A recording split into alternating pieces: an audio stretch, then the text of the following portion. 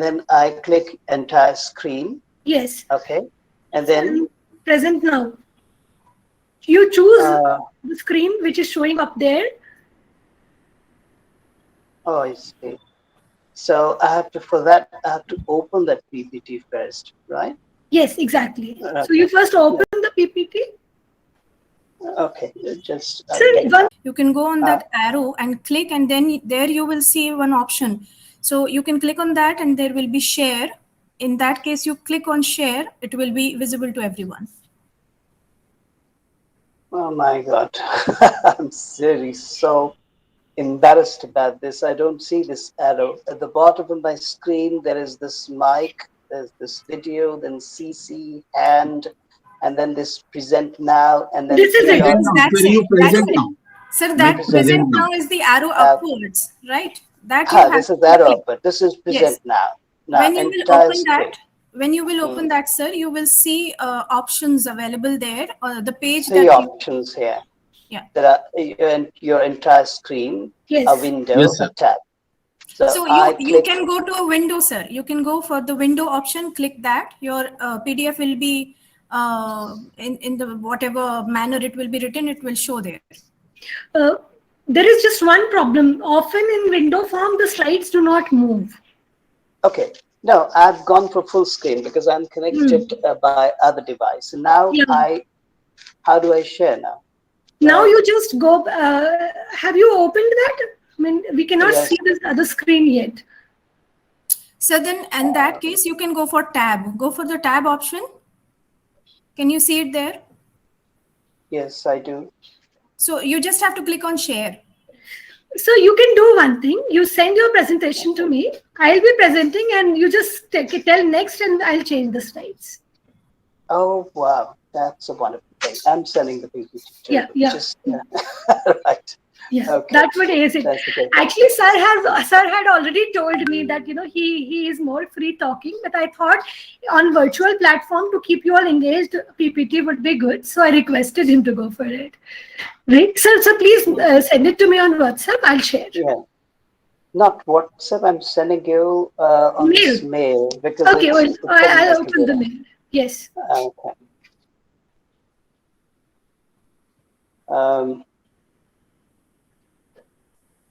Right at the beginning, I'm getting nervous. You need not, sir. Once you start speaking, it will be all right. We know the immense experience and wisdom which you carry with you. So, and participants are kind and understanding enough. Right. FDP Workshop.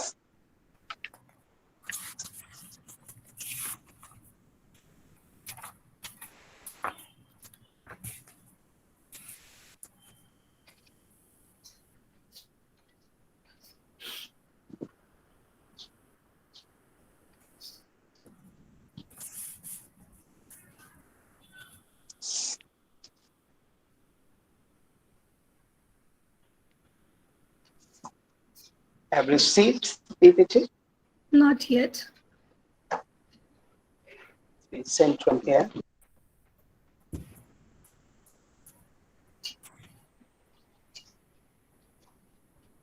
Yes, received, sir. Received. That's good. You're quick with solutions, so thank you very much. The pleasure is mine, sir. Okay. And then I have to reconnect.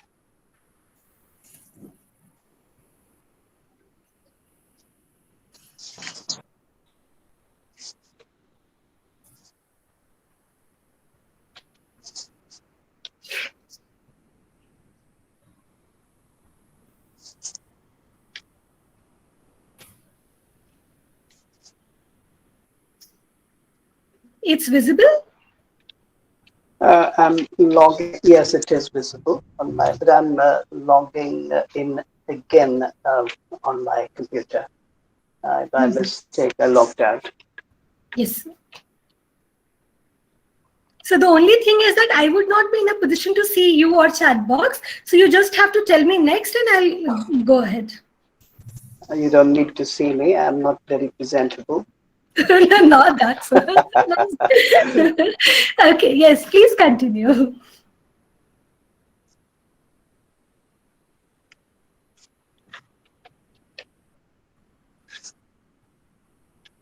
Now, see, this is what happens when this kind of problem happens. I just lost, forgot my password. I think all of you are fine people. Just bear with me. Um, it'll take me just 1 or 2 more minutes.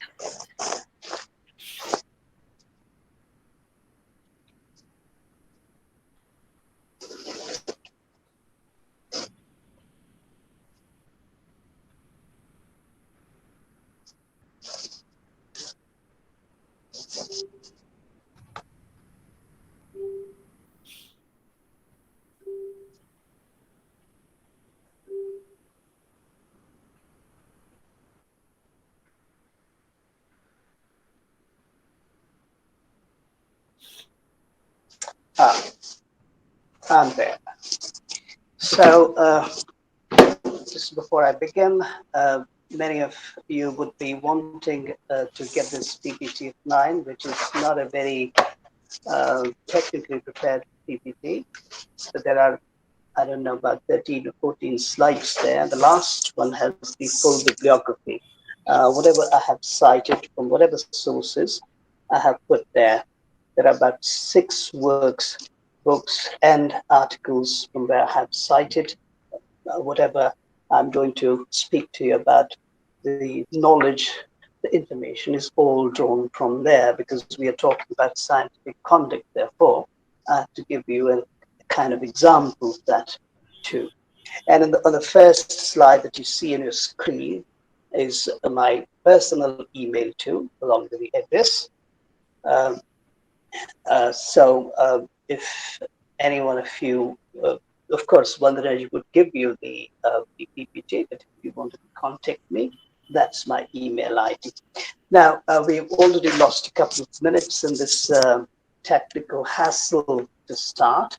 I'll move into the topic, and I'll do it slightly from a different point of start. And but then don't get very scared what that different point of start would be. Makes sense. When I was studying grammar, that was very long ago. I mean, 1970s in my schools. So the teachers taught us English in the traditional way. And one of the things we were taught um, in grammar doing English was to parse sentences. We did a lot of parsing, and the purpose, the goal, the idea behind parsing was to learn syntax, grammatical syntax. I'm doing the same with this research topic that Dr. Vandanaji has given me, philosophy of research and scientific concept. Look at this title here. Of course, mentoring scholars, I'm ignoring that for the time being. Many of us are teachers, scholars, and some of us will become scholars in time. And therefore, all of us know what keywords and theme words are. We are often asked to mention those keywords whenever we send our abstracts somewhere. For the consideration of paper. So if you look at this title, there I see 3 theme words. And there, one is research, the first. The second, I'll take up research first. The second, of course, is philosophy. And the third is this scientific conduct. So what I'm going to do is to first break these 2 things and look at them separately. Scientific conduct I'll take up at the end, but when it comes to philosophy of the research, I'll break this into 2 of its keywords. I'll talk about them separately, briefly, and then I'll put them together. So, what is the word research? What do you understand by the word research? It's everywhere. Like when I was struggling with this quaint issue of being unable to share my screen, Vandanaji immediately gave me a solution. That was a wonderful, strike of thought. An instant, a minute of research, and a minute of conclusion. Uh, as I cook in my kitchen, yes, you shouldn't feel surprised. I do cook. I do a lot of experimentation in my kitchen. And sometimes the results are wonderful, and sometimes they're disastrous. If they're wonderful, I tell back home my people about my experiment and the result. And when they are disastrous, I don't talk about them. So research, see, is everywhere, all around us, in every sphere of life. But then that is not the kind of research we are talking about. There are many possibilities. Now, yes, this is the second slide, which tells you about the preliminaries. Sometimes people feel that poets and writers, novelists, etc., travel writers, they don't do any kind of research. See, have you heard of this genre of historical novels of travel writing? And can you imagine how much of research is involved there? And what the first question says there, I don't have to read that out. I'll give you some quick examples of historical novels with immense research in them. One of them, for example, is a classic, and almost everybody knows about that, A Tale of Two Cities by Charles Dickens. But the other one, which I would heavily, strongly recommend to all of you, is Outlander by Diana Gabaldon. And incidentally, this a film version, a serialized version of this novel is available on Netflix too, in 5 or 7 seasons, and I have seen that entire series, Outlander, based on this novel by Diana Gabaldon. How much of research the writer did into Scottish history, into English history, to come up with this wonderful novel. And then the Netflix, whoever made this into a series, did a lot of research there. Though it's a piece of fiction, then it cannot go in any way against history. And then the outcome and the result. This is what happens in creative writing. And this happens, in travel writing. People have to research. And sometimes people novelists, not only in historical novels, but in other kind of novels too. They have to do a lot of research. Now we come to the next slide here. And next thing is again about this preliminaries. So many ancient classics, and I've given just 2 examples here. One is from our own great ancient Indian culture, and the other from that great but dead ancient Greek culture. Ours is still alive. It's Natyashastra. Vandanaji knows more about Natyashastra than I do. And the other one is poetics. 2 works. And what do? Something similar, but in very different ways. Great works of analysis and theory. Both of them analyze and both of them theorize. And what would you call them, both of them? Would you call them theses in some ways or in big ways? They are analytical works and they have come out of observation. Is observation not a part of research? It's a big part of research. Is analysis not a part of research? It's a very big part of research. And these 2 great works,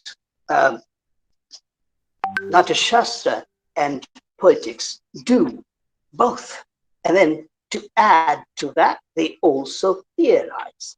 So both of them can be called examples of theses that have come out of research. And then the next paragraph there, which talks about treatises or tikas. They are also works of research. And the reason, as I write, they are works of critical and analytical nature. Therefore, they are also works of research.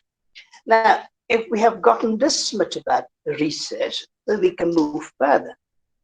But this is not the kind of research we're talking about. We are thinking about the kind of research we do deal with, encounter, supervise in our contemporary academia. So the definition of research, well, ought to be somewhat different. So we jump to the beginning of what we call modern research, which began in the 20th century. So we are here now, out of all those domains and areas, now here in the 20th, and then of course our 20th century.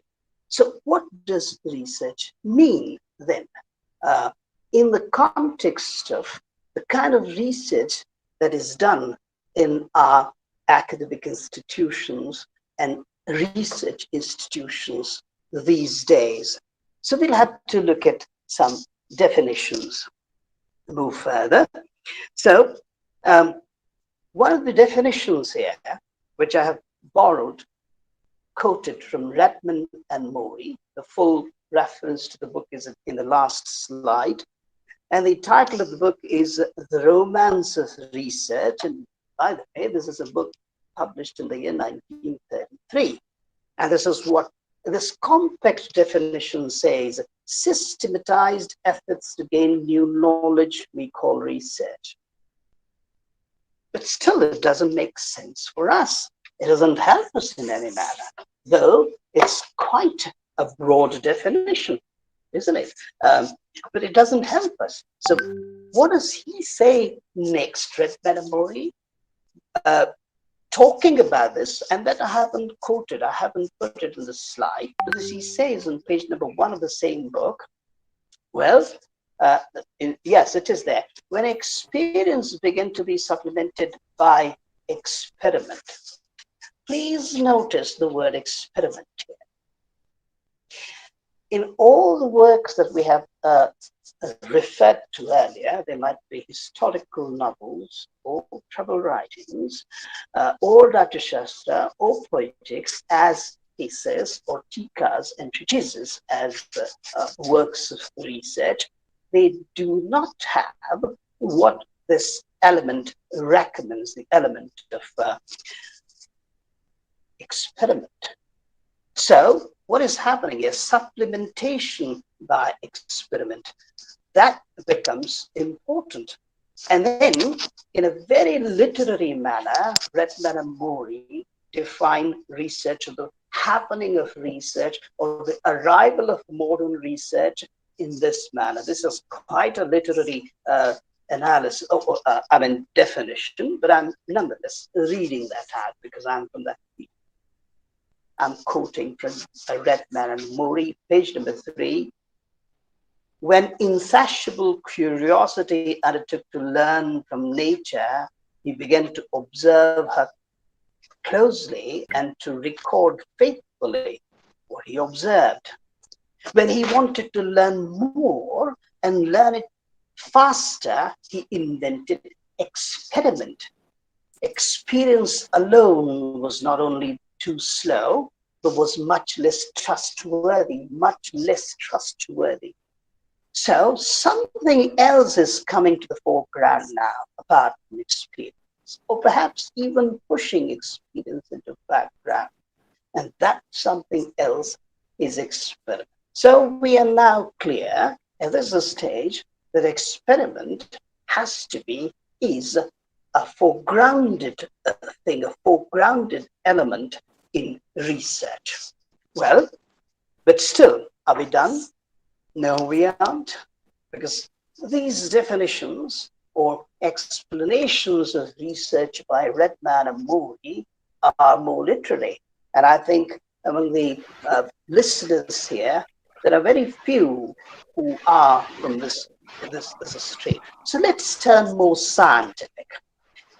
And there's a reason behind that, turning scientific, because the moment a research scholar thinks of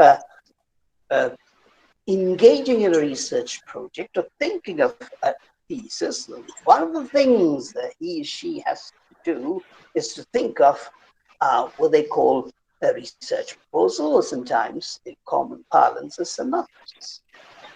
A research proposal has to be and is a very structured document.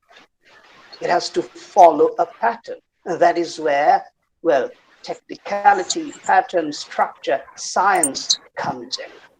And things have to be foregrounded there. So our definition has to be, well, more scientific. And this is what I'm bringing to you now. What you see on your screen now is the definition of research by Clifford Woody. And this is the definition that we all take and accept as a wonderful definition. And this I have taken from a book, the reference to which you will see in the last slide. Research comprises of defining and redefining problems, formulating the hypothesis for suggested solutions, collecting, organizing, and evaluating data, making deductions and reaching the conclusion, and further testing the conclusion whether they fit into formulating the hypothesis. And this question of mine, I don't know whether I should wait for the answer. Do you see some circle happening there? We can make it an interactive session. Do you see some kind of circle? And of course, I wouldn't call it a vicious circle, but circle nonetheless it is. So, do you see some circle here? What kind of circularity is this? Anyone?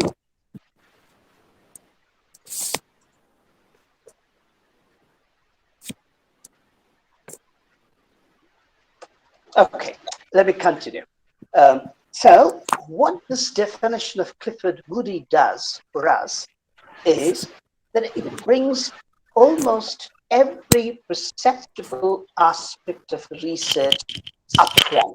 It's there in the definition. You have, defining and redefining the research problems. That is where you begin. Then you formulate your hypothesis. That's the stage 2. And this hypothesis, of course, is intended to bring solutions, present solutions. That's the next stage. And once you have your hypothesis in mind, noted, and you have an anticipated solution in your mind, then you start collecting your data, organizing your data, evaluating your data, and then after that evaluation, that study of that data, you arrive at certain conclusions. And then you go back to the beginning where you formulated your hypothesis. And then in the light of your conclusions, your discoveries, you test the hypothesis. If it works, then you would say that your hypothesis is right and acceptable, and then therefore your research is valid. And if there is a mismatch, if there is a gap between the conclusion and the hypothesis, then there is something that has gone wrong somewhere.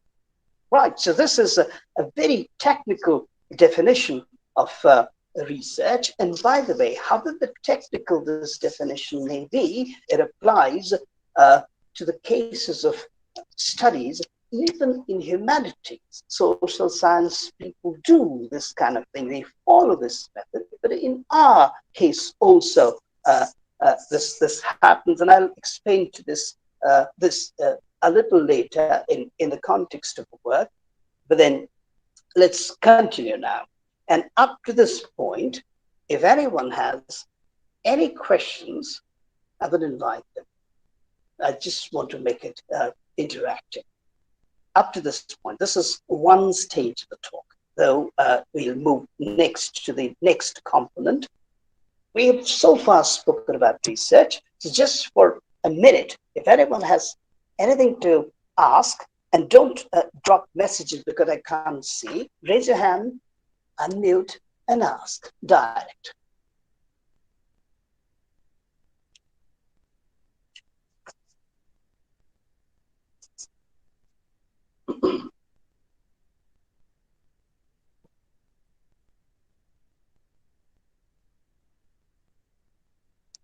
Right, so I assume that, well, everything is clear to you about what research, what research means and the definition of research from the point of view of almost all disciplines of study. The second component, I was talking to you about parsing, the second component, that's the philosophy. So one begins to wonder, why, how is it that something that appears so abstract, philosophy is a word that we often use, and even in our daily conversation, and sometimes we use this word humorously to talk about people who have a distant kind of attitude, etc. But still, and all this comes because there is something of abstractness associated with this word, some idea of abstractness associated with this word. So the question that comes and should come and ought to come and must be addressed is the question, how can research, which is so empirical, as Clifford Goody's definition explains to us, which is so much based on experiment and is, of course, so empirical, how can research, this kind of research, combine with philosophy, which, apparently is supposed to be so abstract? So what do?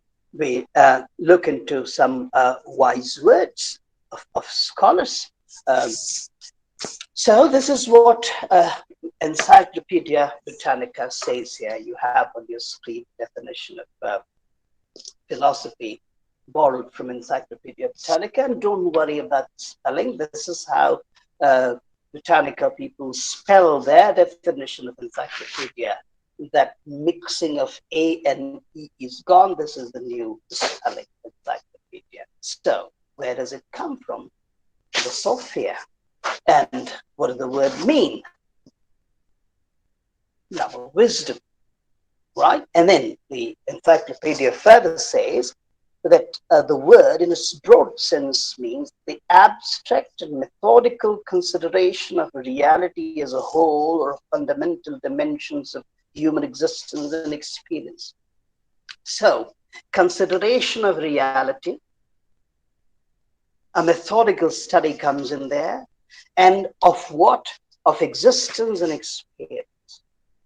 So you begin to see the connection between the two. But we won't stop there. We will next, and we go to a better explanation of this connection between philosophy and research, and later the pervasive role of philosophy in research. So Wilfred Carr, that's the next slide. Wilfred Carr writes what? First, he says this. I'll come to this definition just in half a minute. But before that, what he writes in the same book from where I have taken, not from this book, from a paper of Wilfred Carr, where he says that the word philosophy referred to virtually all forms of serious intellectual inquiry, and its modern separation from science would make little sense. And because Wilfred Carr has this idea of the role, the presence, the unavoidable role and presence of philosophy in research. And therefore, he comes up with this definition that you have on your screen now. And this I have quoted, this definition has been quoted by David Bridges on page 120. The reference is in the last slide. The research always conveys a commitment to philosophical beliefs, even if this is unintended, even though it remains implicit and unacknowledged. Research cannot evade the responsibility for critically examining and justifying the philosophical ideas that their inquiries incorporate. It follows that philosophical reflections and argumentation are central features of the methods and procedures of educational research. Is there any way by which we can differ from Wilfred Carr? Can we reject this view of Wilfred Carr? We cannot, because what he says is actually the truth. That is what it says. And I'm rereading the last sentence. It follows that philosophical reflections and argumentations are central features of the methods and procedures of educational research. So where is philosophy located now in research? If you agree with Wilfred Carr, in the center, in the middle, because it's the philosophy that governs, as he says, methods and procedures.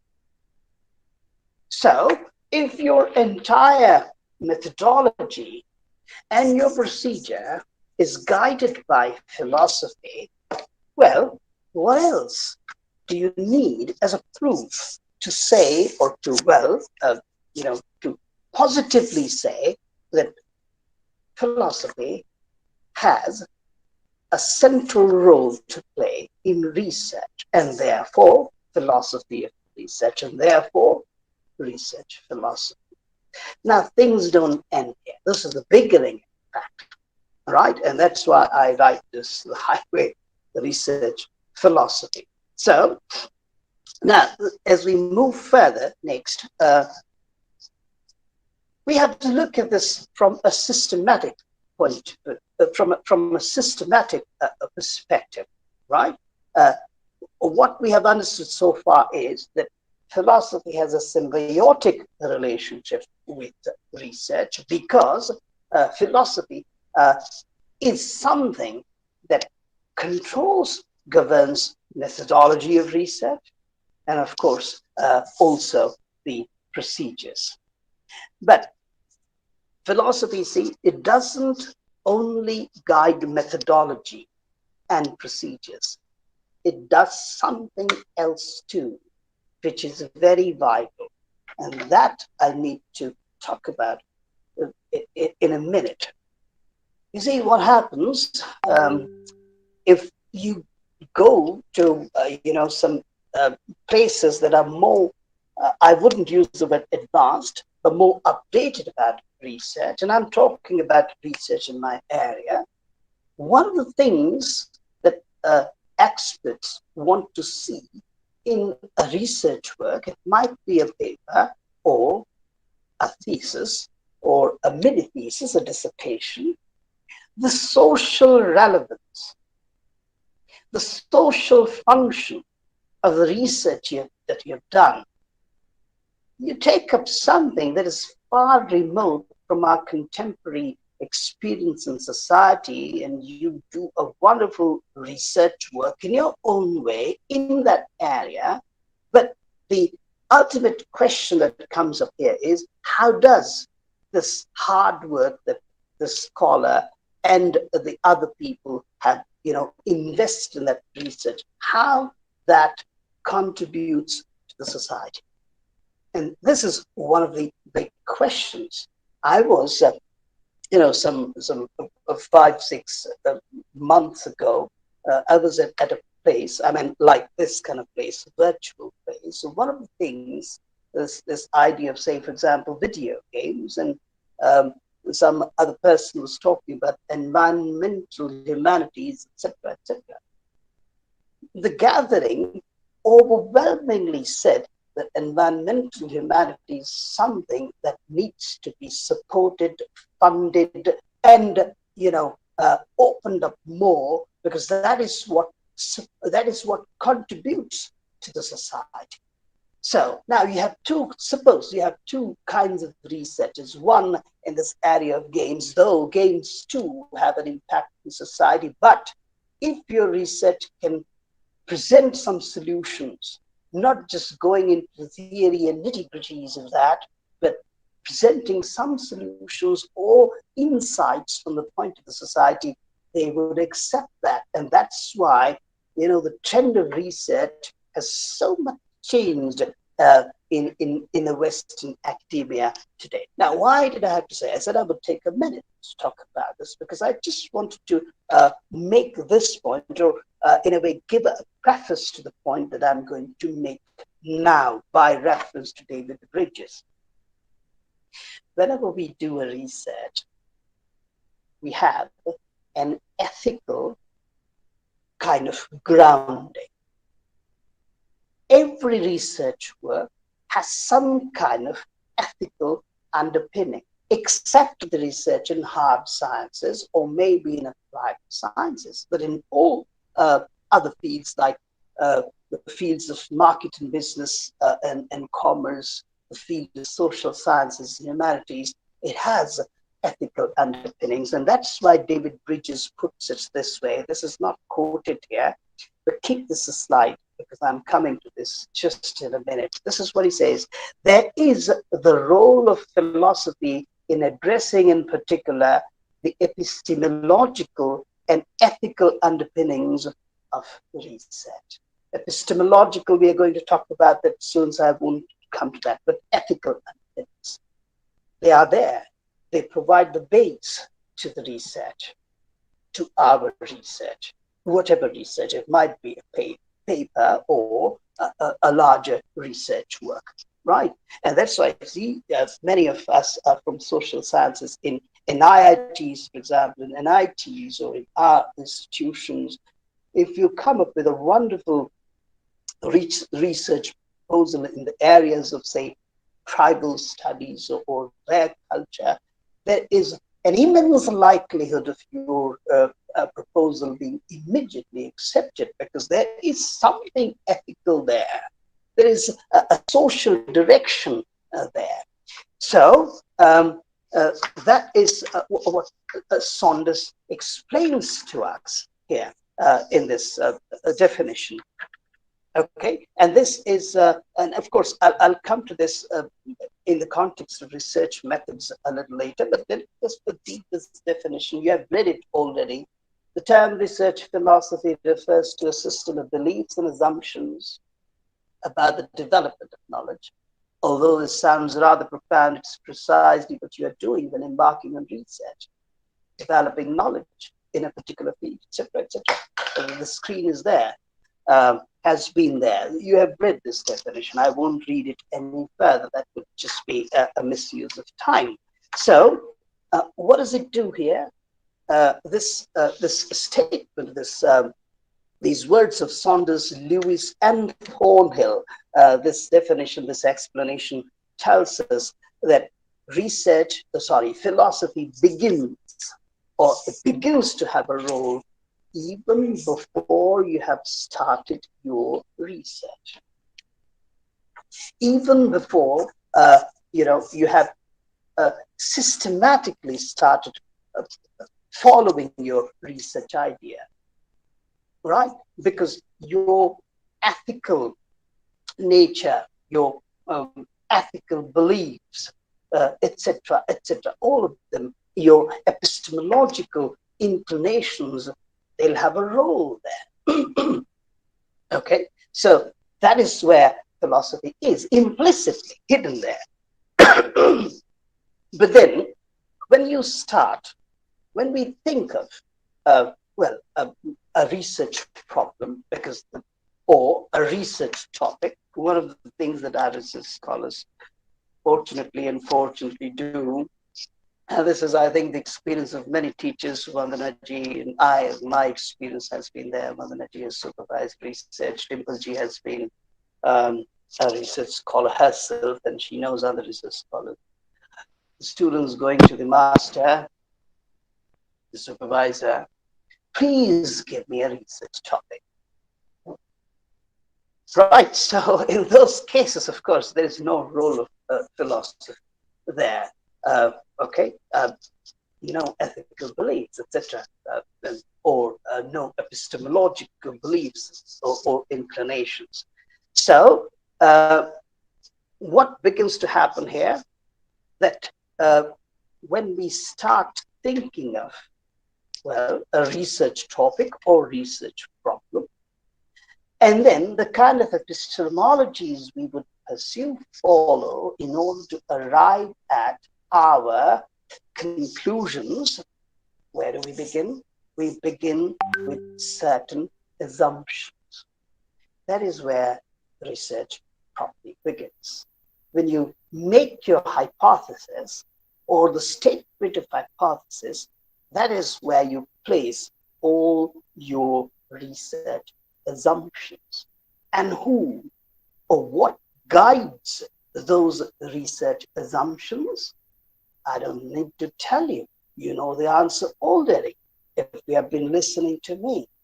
It's your philosophy, it's your ethical standing, it's your outlook, it's your own, well, view that guides, first and foremost your topic, and then it leads you to the hypothesis. Of course, to create your hypothesis, you have done some kind of studies. But what kind of studies you would go to? Who guides that? That is what happens here, assumptions. So we here now are in this area of research assumptions. Nothing begins with an assumption. I mean, in terms of research, be it hard sciences, applied sciences, social sciences, humanities. I don't know how many women are there, but still, let me just talk about this. Waves of feminism. So one assumption, the women are invariably suppressed, oppressed, humiliated, etc., etc. This assumption, and you move into your research within a certain wave of feminism. Race relations, race studies, what there actually on the ground is, like if you start reading reports from Africa, you might be surprised how things are in a reverse mode there. But what's the general assumption? A black person is always oppressed, victimized. There's this assumption where you take up Toni Morrison and you go ahead with the research. Right, so what is happening? See, how assumptions are important. And how are the assumptions happening to you? Please try and understand this. I believe that this victimization is there and is true, and therefore I go into, well, this Black American literature and talk about that white supremacism, etc., etc., etc. I do that, right? Because I would do that. I mean, I'm speaking hypothetically here. I'm not speaking factually, but this is what happens. And then now look at the number of research works that have been done, and these are researchers in sociology also, in the field of sociology also, not only in literature. See what happens. And then so this is how philosophy is right there at the start, even at the time when you are thinking of a topic one, and then when you're formulating your hypothesis via your assumptions, philosophy is there as the central stream, though it doesn't seem to be so apparent. I've given you two examples. If you believe that Indian, just one more thing, the ancient Indian culture was a wonderful system. You go back to those ancient Indian classics and you discover, you find out those wonders there.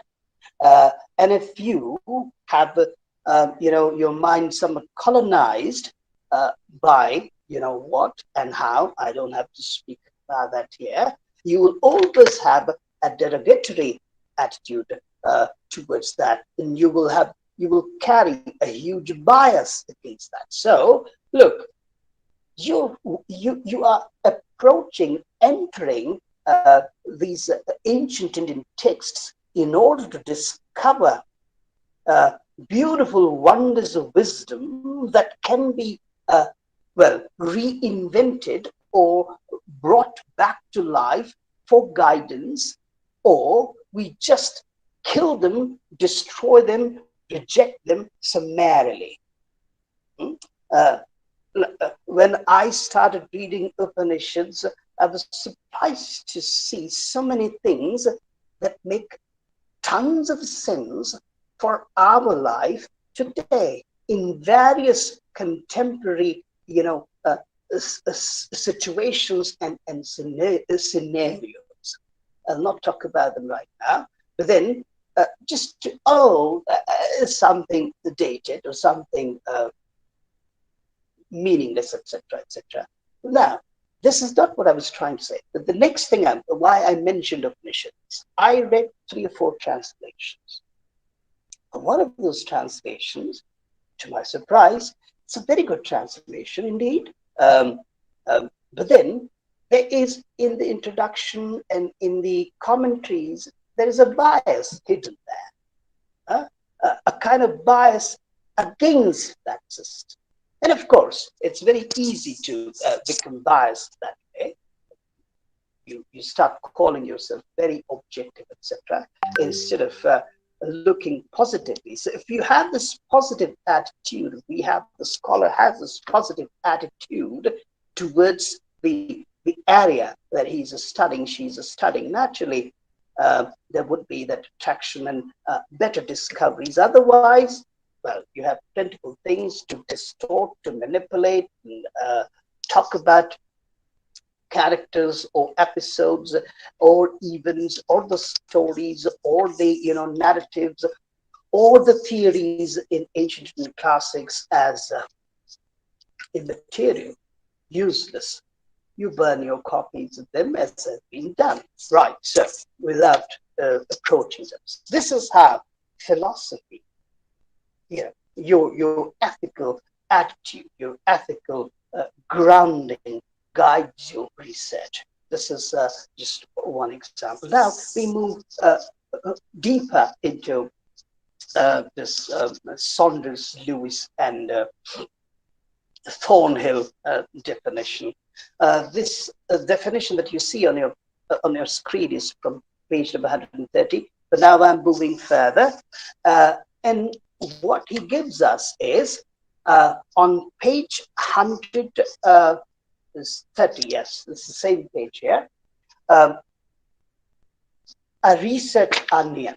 Though this research onion has been unethically plagiarized by other people too, but it is there authentically, the authentic source of the research onion. If you Google right now research onion, you will see in the images this research onion. But the original and the authentic, without any plagiarism, is there in this book of Saunders, Lewis, and Thornhill, page number 130. And if you look at this research onion, I couldn't draw that onion here, but you have the reference, and you can Google that, and you will see that on your phone or other screen. So there are 6 layers in that onion. This research is presented there in the form of an onion. And the outermost layer are those 6 layers. The outermost layer is the layer of philosophy, and that layer has 5 philosophies or philosophical outlooks presented, written there: positivism, critical realism, interpretivism, postmodernism, and pragmatism. This is so huge a topic, I tell you, that it may take at least a full fortnight to talk about that. But then I can't do that, and nor is that necessary. Once you have the source, you can go to the source, and you can, well, learn so much by going to Saunders, Lewis's, and Thornhill's book. So this is a research philosophy. Now, we'll go deeper. These are 5 philosophies that he mentions. But what happens? Can we straight away go into the philosophies? That's not possible. Of course, these philosophies individually, I can Google. It's not very difficult these days. What is positivism means, what critical realism means, on our fingertips. But then what Saunders and Lewis and Thornhill do, therefore, is more important. They do not take these up till late.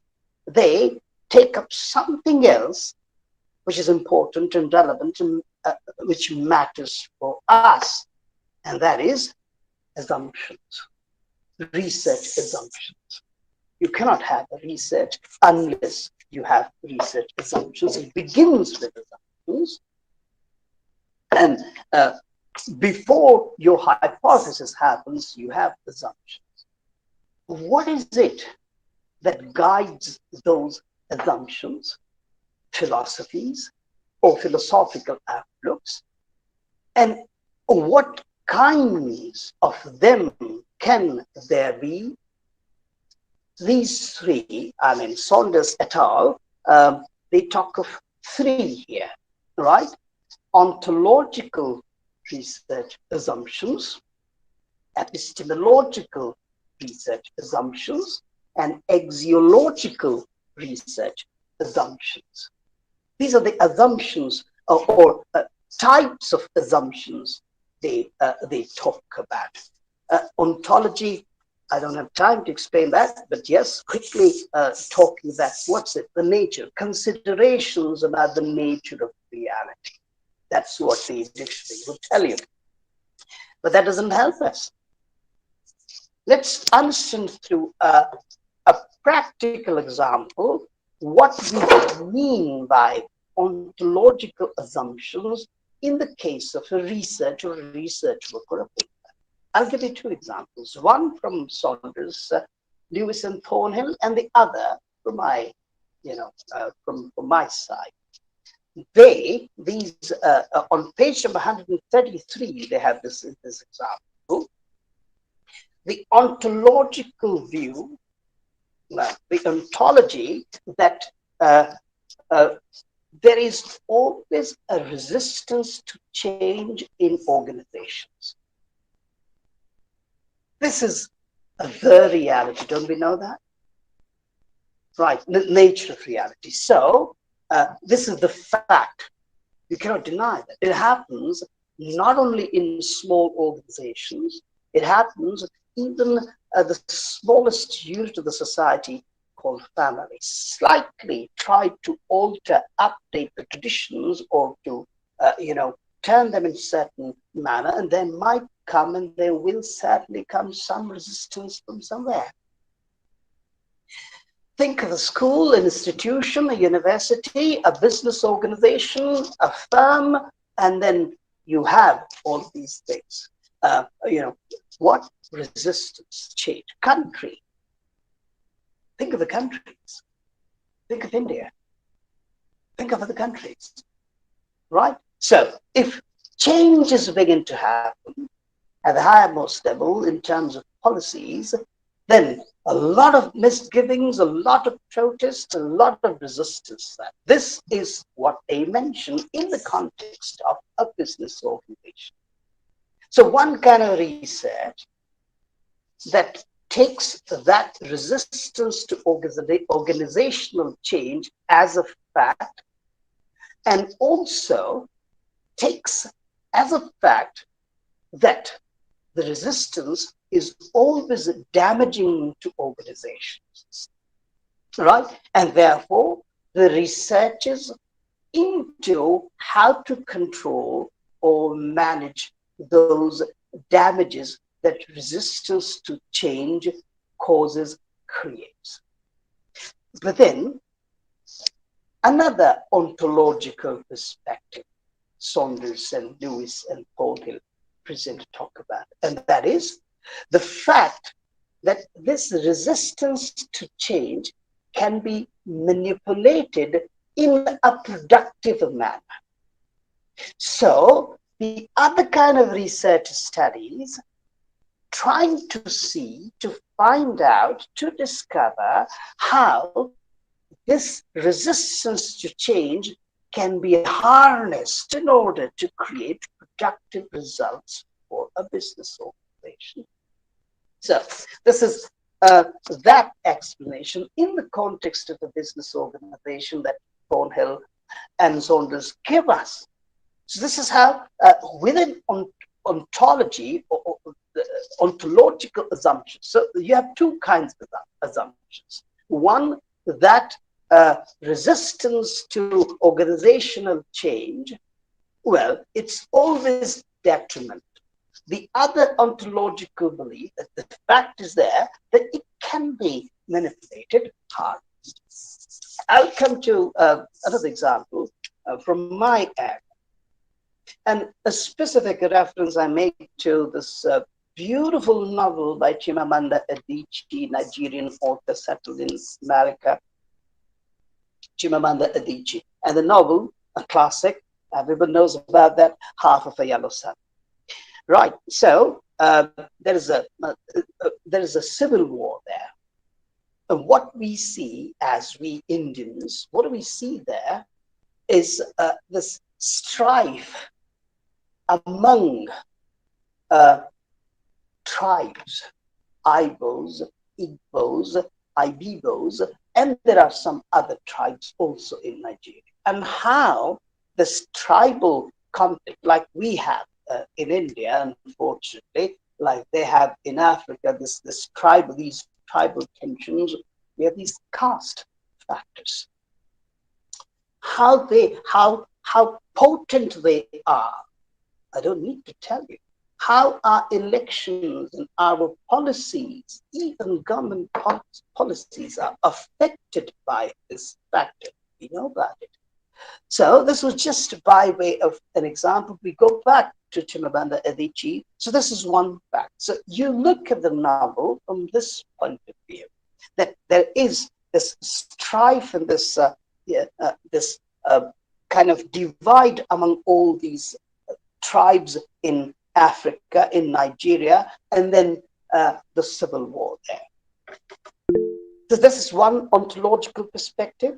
But if you move further, get out of Nigeria and take the whole of Africa together, Ghana, Senegal, other countries, South Africa, and then look at this tribal divide within Africa, South Africa, or, south of Egypt, and your assumptions would undergo a radical change, or big change. So this is how ontology affects our assumptions. This is one explanation, a detailed one, and how epistemology. What, somebody wants to say something? Excuse me, sir. There is someone who is raising a hand and I guess wants to ask. Of course. Go ahead. Yes, go ahead. Anil. Yes. Ibarikar. Anil, if you want to ask a question, I'm here. Yes, if you have a question to ask, otherwise, retract your hand. No, sir. It was by mistake. Sorry. Oh, okay. It's okay. Fine. Thanks. You can do that. Right. So now epistemology. We come to the second epistemological assumptions, or how epistemology affects assumptions. So it's all, epistemology is all about, in the context that we are talking about, we are not into deep philosophy. It's about acceptable, valid, and legitimate knowledge. What you think is legitimate and what you think is not legitimate. what you think is valid and what you think is not valid, invalid. I'll give you an interesting example here, personal one. And this happened, I think, immediately after the parliamentary elections. And for about 25 years, yeah, I have worked in different capacities in parliamentary and, these state elections, assembly elections. I worked as a presiding officer, as a micro observer, as a sector magistrate, and I've seen these Indian elections from very, very close quarters. Right from the days we had those paper ballots to now when we have these machines. I was a micro observer when this counting of votes was happening for this, our constituency, Nariyavali constituency. I was a micro observer there. How transparent everything is. It's crowded place, hundreds of people, thousands of people almost surrounding the counting center.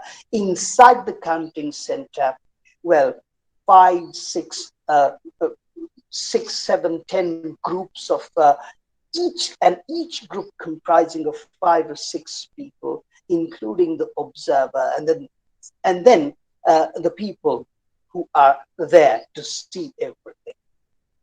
Now, you are an insider, I'm an insider, and I know that this manipulation of machines is next to impossible.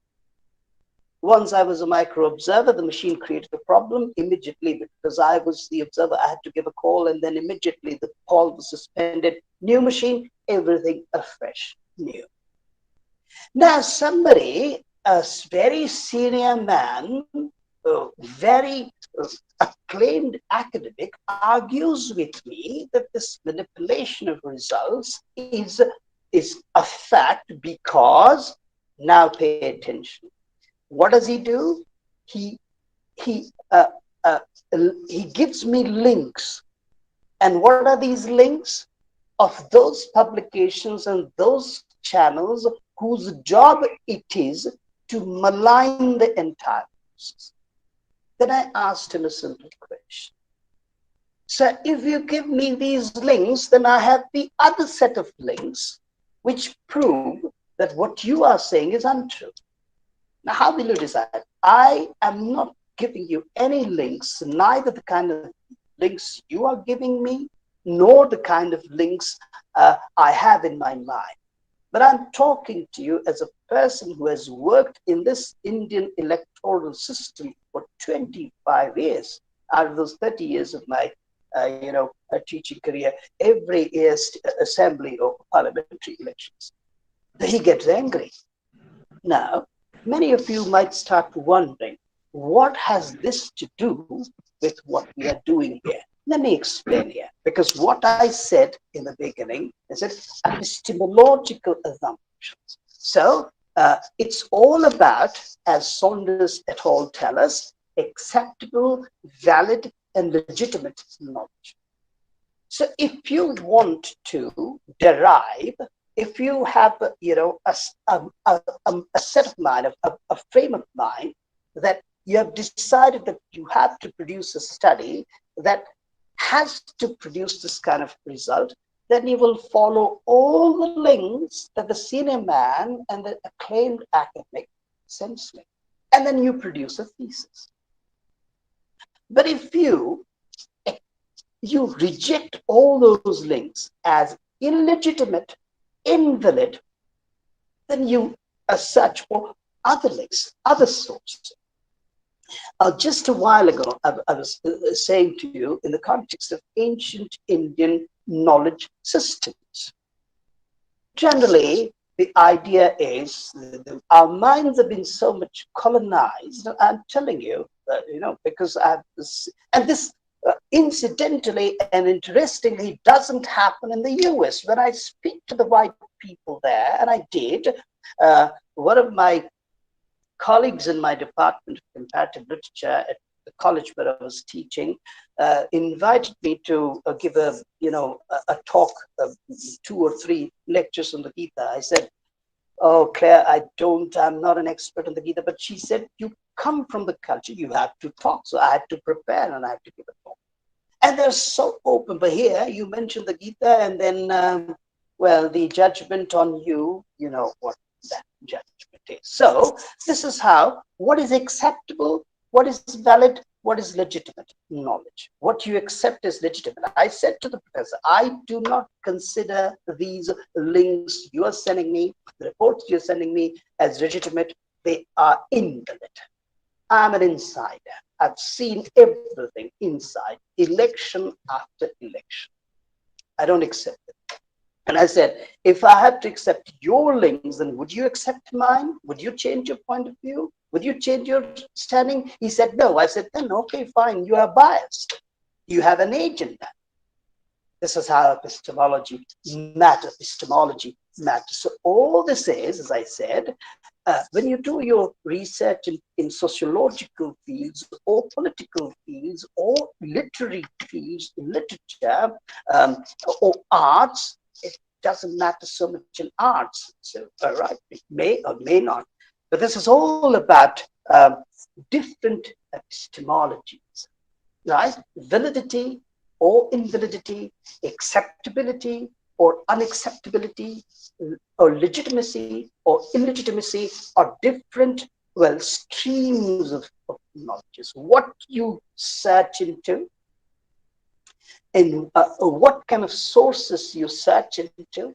And that is why, you know, when this report on knowledge came, sorry, I'm digressing a little. I teach postmodernism also. Uh, this report on knowledge says how this the technology has has created a huge space for one kind of epistemology and suppressed the other kind. You want to search into Indian classics, do you have them available in translations or other forms? You don't have, right? So, well, so this is all about it. I think I spoke too much about it. This is all about your different types of knowledge, like data, the opinions, the narratives, the stories, all of them that you look into, how you look at them. This is all epistemology. So epistemology affects research to such an extent. And then last comes axiology. And this, of course, is something related to ethics and values. Every research work, ideally, as these writers tell us, we can move to next. Yes, we are already there. It has somewhere, as Bridges earlier said, I was reading from David Bridges, ethical underpinning.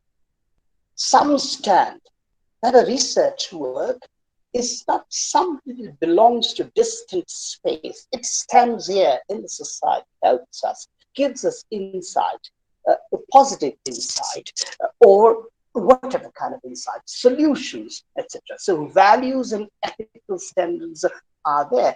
Therefore, axiological considerations are always there, right? So except in hard sciences, the research in every area has much to do with the values and ethics, especially in the fields of social sciences, business and management, and humanities, etc. So whenever we are conducting or considering a research project, we have to deal with this idea of values.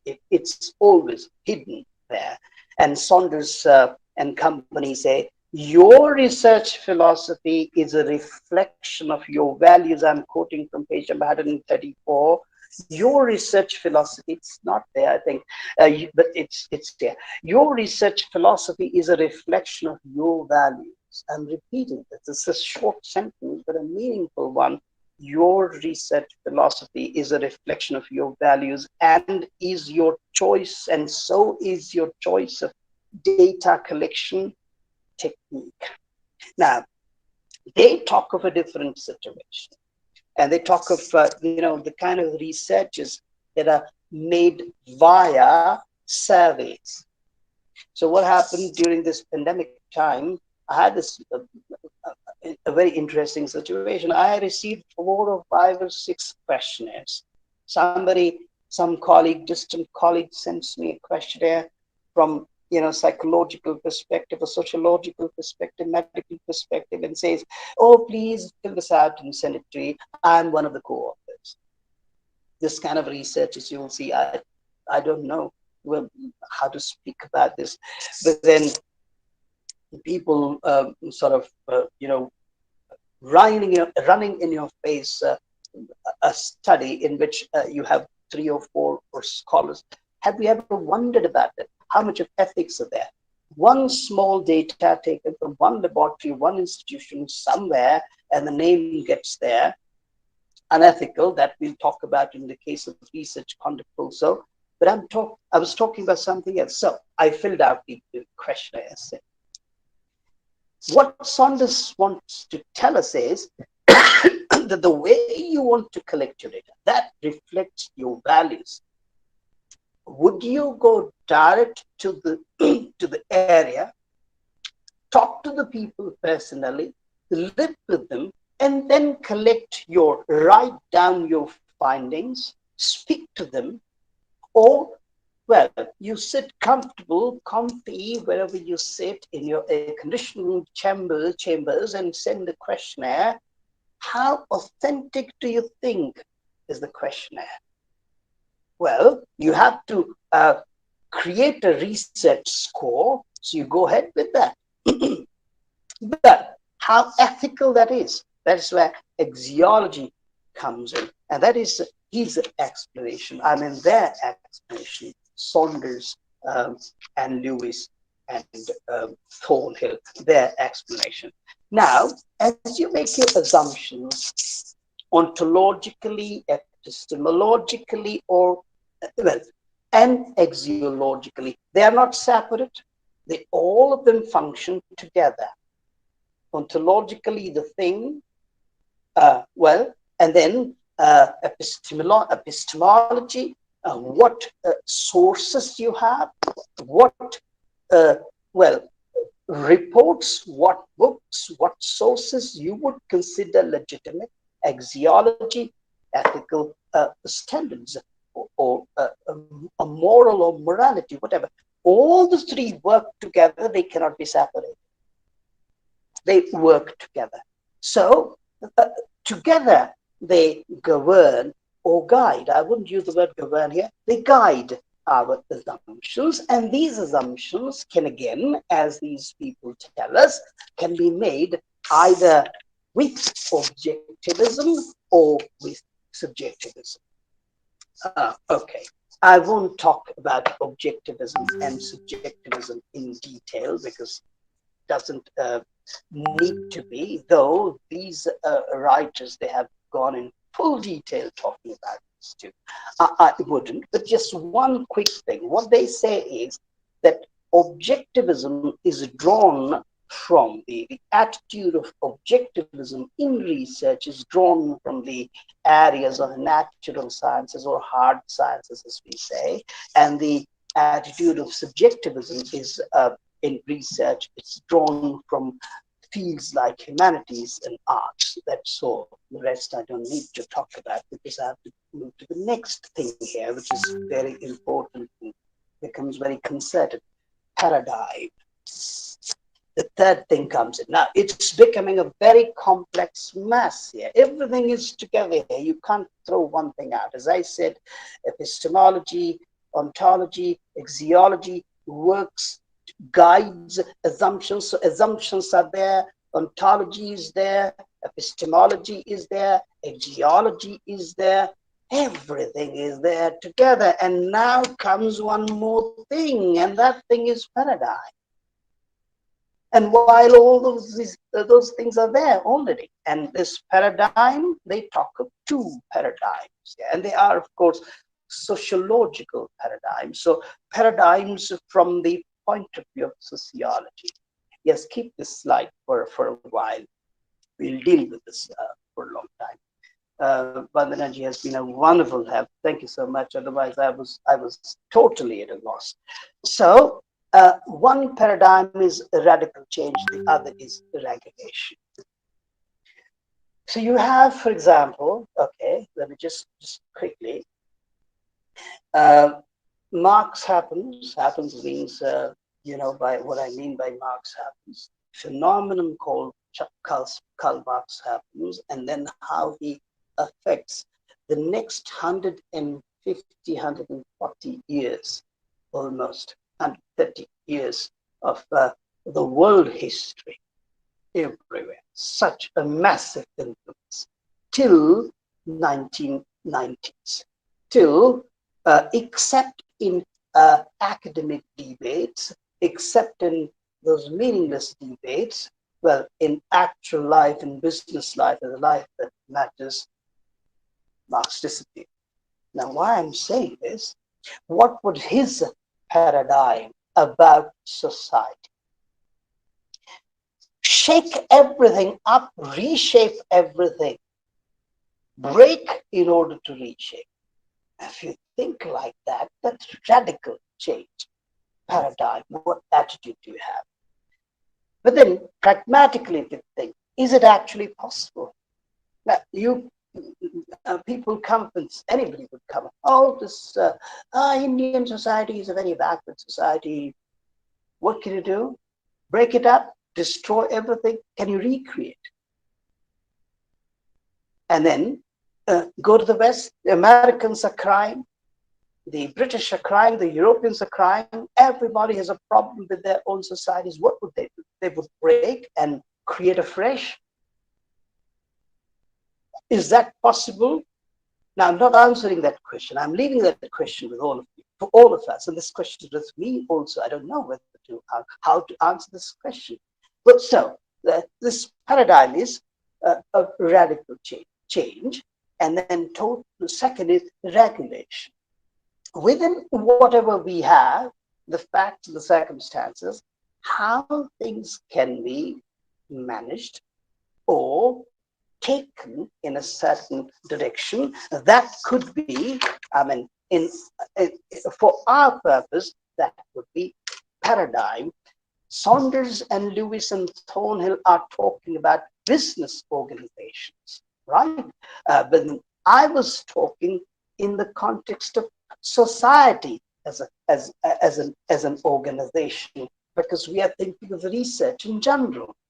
And apart from hard sciences and applied sciences, all of our researches are in these areas that relate to the society, they're connected with the society. So this diagram that you have this is figure 4.3 on page 140 in the book by Saunders, Lewis and Thornhill. This is what they do. They give us these paradigms on top and bottom, and then approaches, subjectivist and objectivist. So if you combine subjectivist approach with the approach of radical change, you have a radical humanist approach. If you combine the radical change approach with objectivist, you have radical structuralist approach. And the same way, regulation. If you combine regulation with subjectivism, you have interpretive approach. Or if you combine that with functionalist approach. So how does it work? We cannot go into the details. They have given many pages to talk about that. Somebody's showing something. Anyway. So these are 4 approaches. All you have to do is to go to pages 140 to 145 to see these paradigms. So now we have 4 paradigms here: radical humanist paradigm, radical structuralist paradigm, functionalist paradigm, interpretive paradigm, and all these 4 paradigms are combinations either of regulation subjectivism, or of regulation objectivism, or of subjectivism and radical change, or of objectivism and radical change. And actually, I just cannot go deep into the description of that, but I very strongly recommend to you this one book, and I have heavily drawn from this book, Saunders told. Now, Is this then? I can't talk about them in detail because I have to move further. There are more things to do. I said just a while ago that whatever we have done so far, all these ideas, I mean, all these perspectives, they go together. It's like karma bantagya. You can't drop axiology, ontology, epistemology, and axiology are there. Assumptions are there, positivism and subjectivism, objectivism and subjectivism is there, and then positivist, and all those approaches are there. So when you put everything together, then what happens? Well, we get a table, right? And this table is on page 144. Please move the slide. Next slide.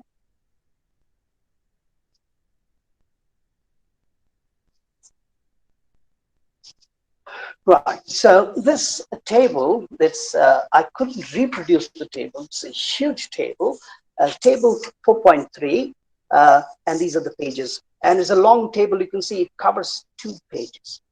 Now, the beauty of this table that Saunders has given us is that this table brings everything together. Whatever we have done so far, assumptions, ontologically made, epistemological, and everything, and whatever we were doing till radical change or and regulation, etc. So just maybe just one illustration I'll take. And we go back to the philosophies, the 5 philosophies. One of them, the first of those research philosophies, in the outermost layer of the research onion, is positivism. So with all of this that we have done so far, we bring positivism in. So what do we get? This is what we get here. And I'm doing nothing, but I'm in a way explaining to you via the table, right? So if we put ontology and positivism together, then this is what happens. Ontologically looking at things from a positivist attitude, what do we see? We see whatever we have to research into as, I quote, real, external, independent, one true reality. And we also see everything as, again quote, granular and ordered. Everything is granular and ordered. You can see grains there, you can study there. That's your approach. If you have this positive approach, that is how you see the reality. Or whatever you are going to research into, the area that you are going to research into, you will take that area, that phenomenon as real and external and independent of independent of everything else, that one true immune kind of reality, which is granular, so that you can study the grains of that phenomenon. This is how when we bring ontologically and positivist approach. Now, if you look at things from epistemological point of view, this is what happens. If epistemologically looking at things from a positivist attitude, what do we see? We see, quote, observable and measurable facts and law-like generalizations and numbers. Because what are we concerned with in epistemology? Well, legitimate knowledge. What is it that we consider as acceptable, valid knowledge? So that has to be observable. The data has to be observable. The facts have to be observable. And not only that, they should be such as can be recorded in your diary.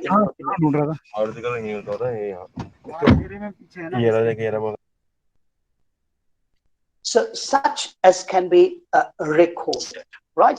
So this is what positivism. So everything is observable and measurable there. Then axiology and positivism, we put the two together, and we have, whatever we research into. Now, this is positivism. In axiology, we talk of values. But if you have a positivist attitude approach, if you're following positivism as your research philosophy, then what happens? You will see everything free of values, independent of values, neutral, right? Totally independent. Now, we know that doesn't happen, but if you have this positivist approach, then you would see the phenomenon. I'm thinking of the sociological phenomenon. You take up any area, you take up a family, you take up a city or certain culture or an aspect of a culture. We have this attitude that independent of values, neutral and independent and that is how you research into. So what is the typical method for this? As they explain, this again is page 144. The typical methodology, listen to this is good for you. The methodology here would be deductive, would be highly structured, it would be based on large samples and measurement and quantitative methods of analysis. This is the methodology, right? Deductive, highly structured methodology, and this methodology is based on large samples of data, whatever you have collected. In our case, in case of literature, in our case, data is the books and the papers that we have read. This PPT is nothing but a collection of data, right? I have brought things from different sources. So that is what data is for us. But for social scientists, they would talk about questionnaires, they would record the answers, responses of people they talk to. So this is what data is. Anyway, large samples, measurements, and quantitative methods of analysis. Just one example. This table gives you more than 20 combinations, permutation combination. I won't go into that. But now, this was positivism. Now we bring in pragmatism. Pragmatism is one more philosophy out of those 5 that we mentioned very early in our talk. So, ontologically looking at things from a pragmatic angle, we'll see whatever we have to research into as, I quote, complex, rich, external. Complex. That was not there in the case of positivism. Complex, rich with, loaded with ideas, loaded with facts, loaded with features, etc., and external. And then we'll see reality as the practical consequence of ideas, flux of processes, experiences, and practices. This I've quoted. So reality as a frozen, as we saw earlier, if we have the philosophy positivism, philosophy of positivism, then what do we have? This reality that is real, this research area, this research topic, a phenomenon which is real, external, independent, one true reality. But here, things change. That thing becomes now complex, rich, and external, and the reality of the phenomenon comes to us as a consequence of ideas, flux of processes, etc., etc. So what is society? Is it the one frozen thing? It isn't. What we are today, what society is, like how this classroom, how this consciousness, this idea of consciousness changed. Believe me, I think I don't know, but I think I'm the eldest here. I don't want to use the word oldest because that scares me. So I'm the eldest here, 1970s, 80s, the kind of conferences we saw, the talks we saw, and now I'm doing the kind of thing which till a year ago, 2 years ago, I was very much scared of. So how things have changed. The same happens in a society, right? Till 10 years ago, it was all right. If parents said, no, what do kids have to do with a mobile phone? No mobile phone for a 10th class, 11th class student, okay? Unless you go out of the house, etc., etc. And today, if you have girls in a family, and if they're going out, it's always good to train them and give them a mobile phone in moments and situations where sometimes are very, predators are there. They can at least contact somebody. Mobile phones have become a necessity now in these circumstances too. So isn't society the consequence of, as they say, idea and flux of processes and experiences and practices? Now, epistemologically, and again, pragmatism is there. We look at things from a pragmatic angle, epistemologies, we look at epistemologies from a pragmatic angle, then this is what we see. Again, I quote from page 144. We see everything, every branch of knowledge, every epistemology, every source as carrying practical meaning in a specific context. Hate a government, love a government. So, I mean, this in the context of, the personal experience I shared with you.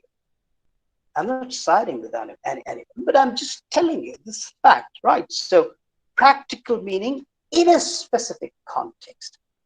So, that is with a pragmatic approach, and this is how we look at epistemologies, as carrying practical meaning in specific contexts. And our focus then is on theories, various theories.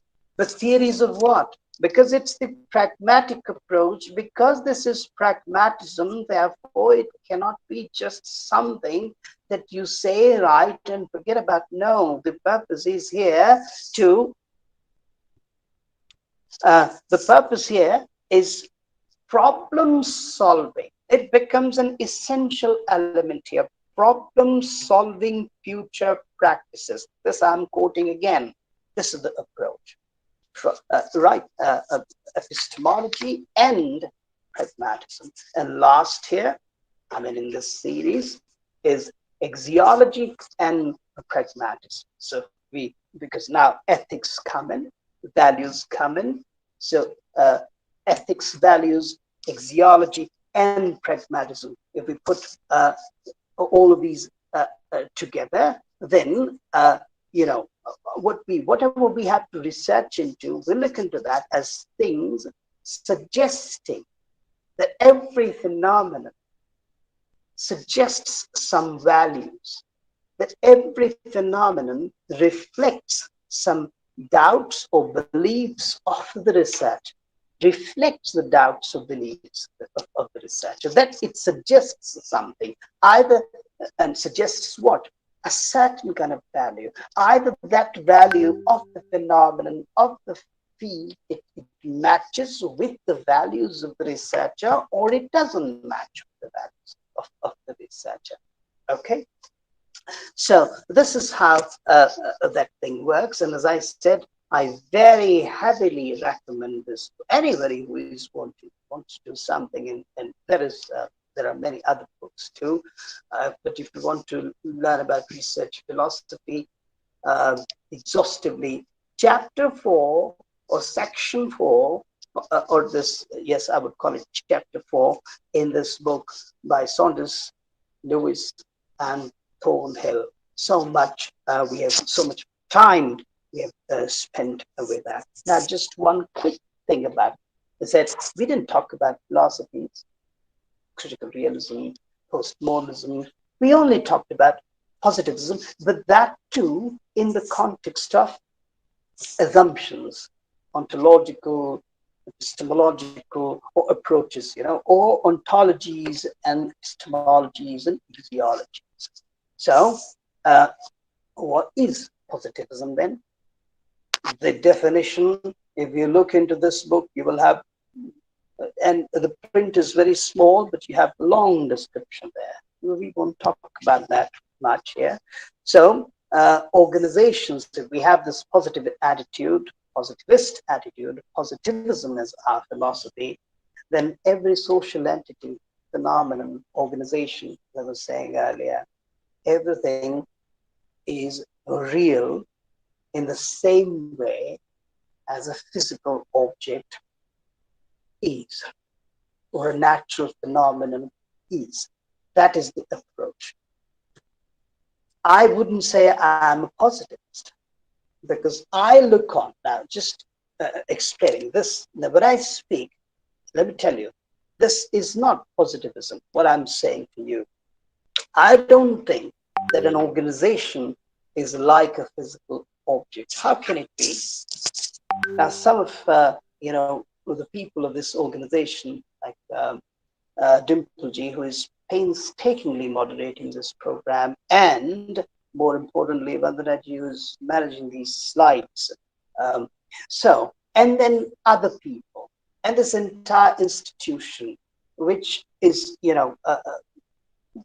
this workshop is happening, is being done, conducted, it's happening within this institution. You have a coordinator and you have an entire system. So it's not a place, it's not a physical object, it's people. And as Madam Vandana was sharing with me some of her experiences. So where do they come from? If it had been a physical object like a thing, or like this my mouse, or this iPad of mine, then these are physical things, nothing happens, nothing changes wherever you take them. But when you interact with people within an organization, so many things happen. So now what I'm saying is not positivist. It doesn't, I don't have this philosophy of positivism, but this is how positivism works. And then epistemology, etc., too. But then we have to end there, and I will say not this entire talk. We are moving to the next thing: research, philosophy. Sorry, that scientific conduct. Next slide, please. So. Because that's the next part. And I won't spend much time doing scientific conduct, because in fact, when I was looking into this, I found this more in the domain of the first 9 years of research ethics. But then even research ethics, well, they are not entirely in the domain of moral or philosophy. It's very much a science, as you will see. How do we understand scientific conduct? There is only one way. Whatever sources I looked into, I noticed and I found that every one of them wanted to talk about scientific conduct by explaining what misconduct is, right? And this wonderful thing they have done, there's a book here by, Adil E. Shamu and David Resnick. This book here, it begins with 4 cases. And these cases are hypothetical, but they are realistic. Though, let me tell you that Shamu and Resnick do not deny, they do not say that they are entirely imaginary or fictitious cases. But listen to these cases, and this will immediately explain to you what we mean and understand by scientific conduct or misconduct. Case 1. And this I'm borrowing from this book that's there on your screen. Adil E. Shamu and David B. Resnick, page 1 and 2. Case 1 is the case of a graduate student in pharmacology at a large university and he's working in the direction of a senior researcher. You can call him the supervisor too. This student is a co-author because he's doing the research. This happens in our university also. Students do their experiments in research, and then the supervisor, who has nothing to do, he's the main author. So this student is co-author. He notices, he finds a published paper in a paper that has been published, right? Now, this student is a co-author of that paper, which the supervisor submitted, and it's published now. What does the student notice? A discrepancy between a diagram and the data.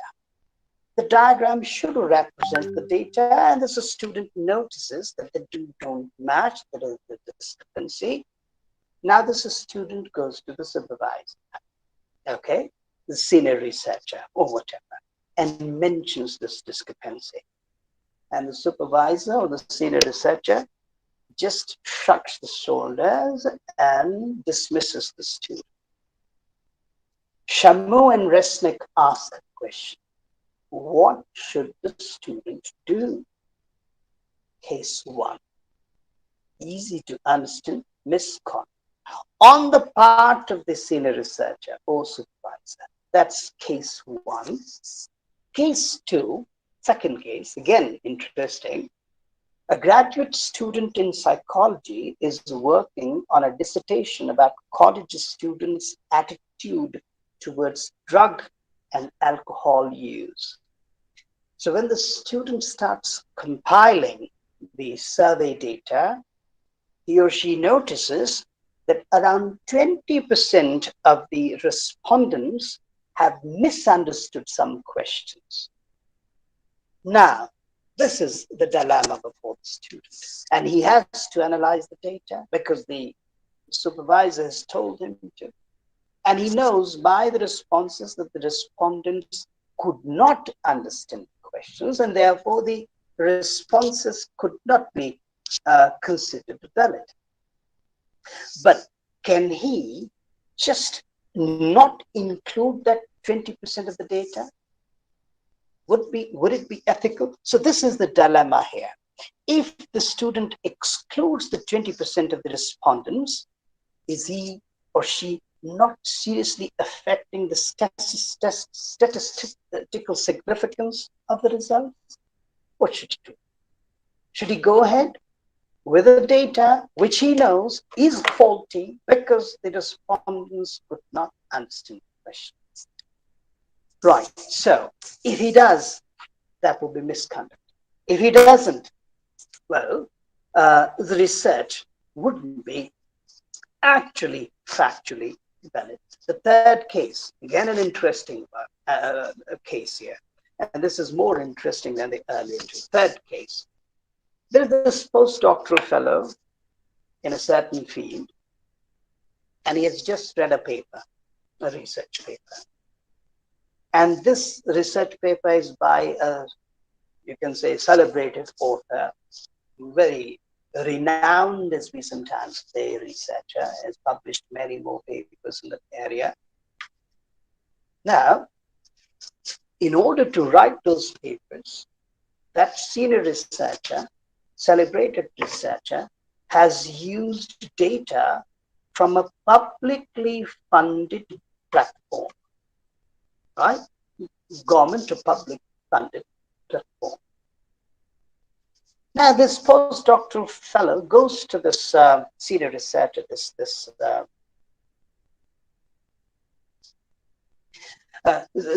goes to that senior researcher and asks for the data. And the senior researcher refuses to share the database. Now remember, this is not his personal database. It's publicly funded database. All our researchers, when you apply for a grant, a research grant, the money is not for your own money. It comes from this government agency or that government agency. It may be DST, it may be, various other associations. of social sciences or arts and humanities.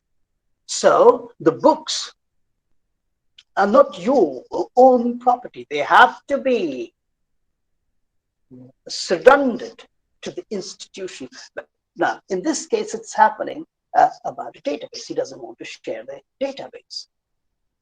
The question of misconduct.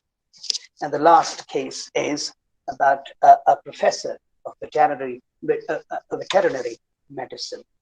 And naturally, veterinary medicine, some animal researches have to be done there.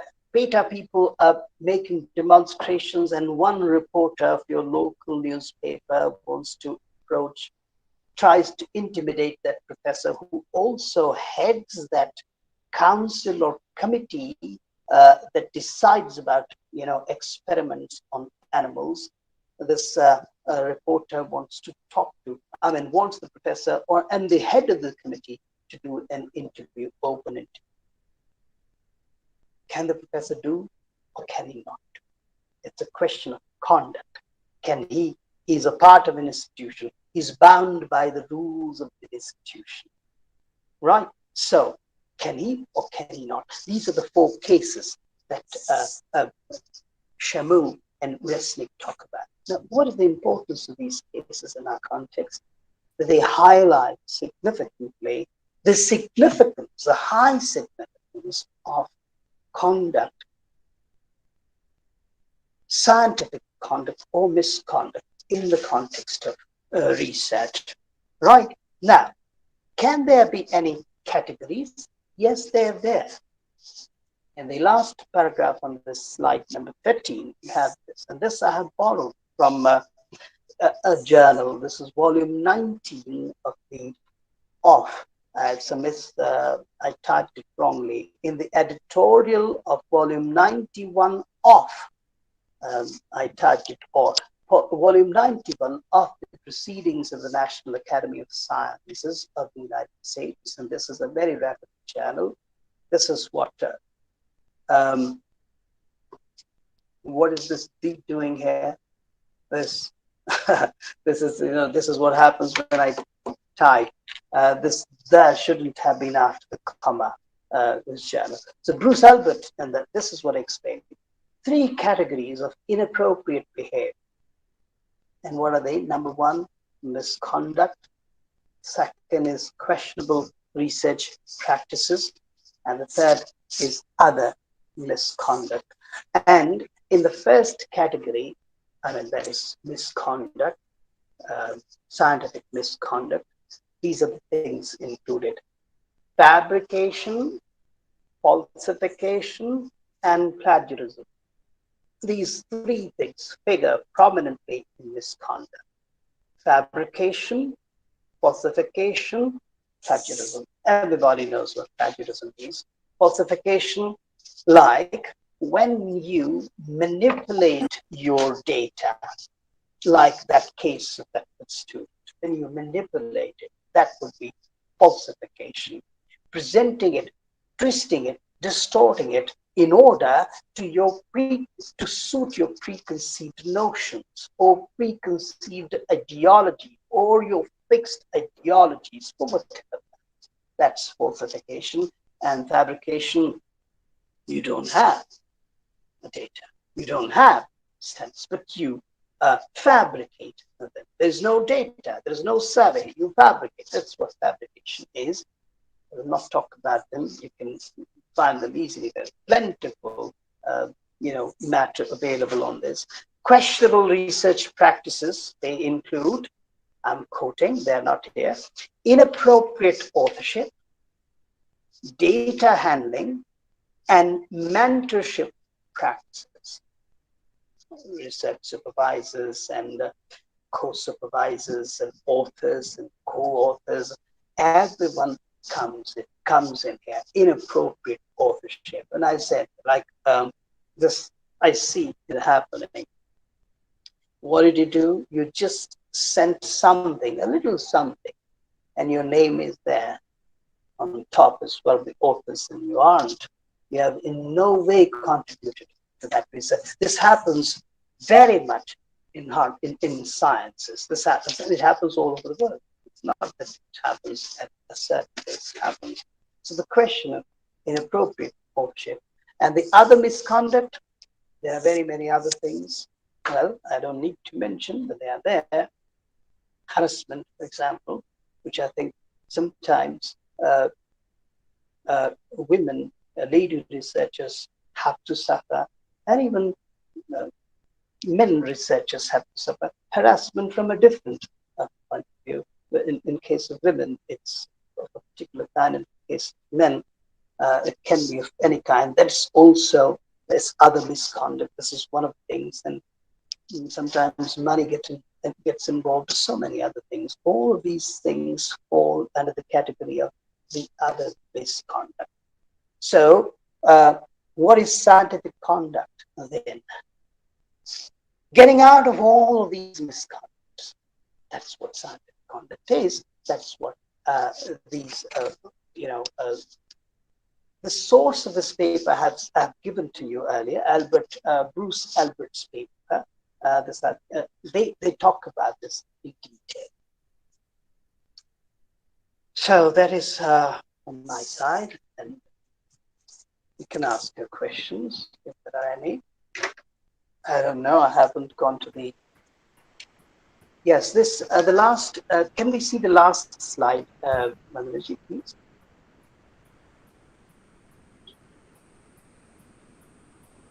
Just the last slide.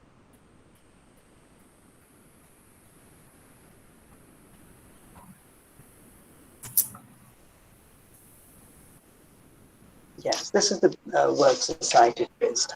That's all. Bruce Albert's work, and David Bridges, and Anthony Carley, L.B. Ruffin, Mark Sanders. There's all there. You can ask Dr. Vandana Juriaji to send you this PPT. There are some errors because I was typing and finished it last night, so there are some errors. Don't mind them. So this is a very, I don't know whether it's an expert or a great PPT, but there's a lot of content there.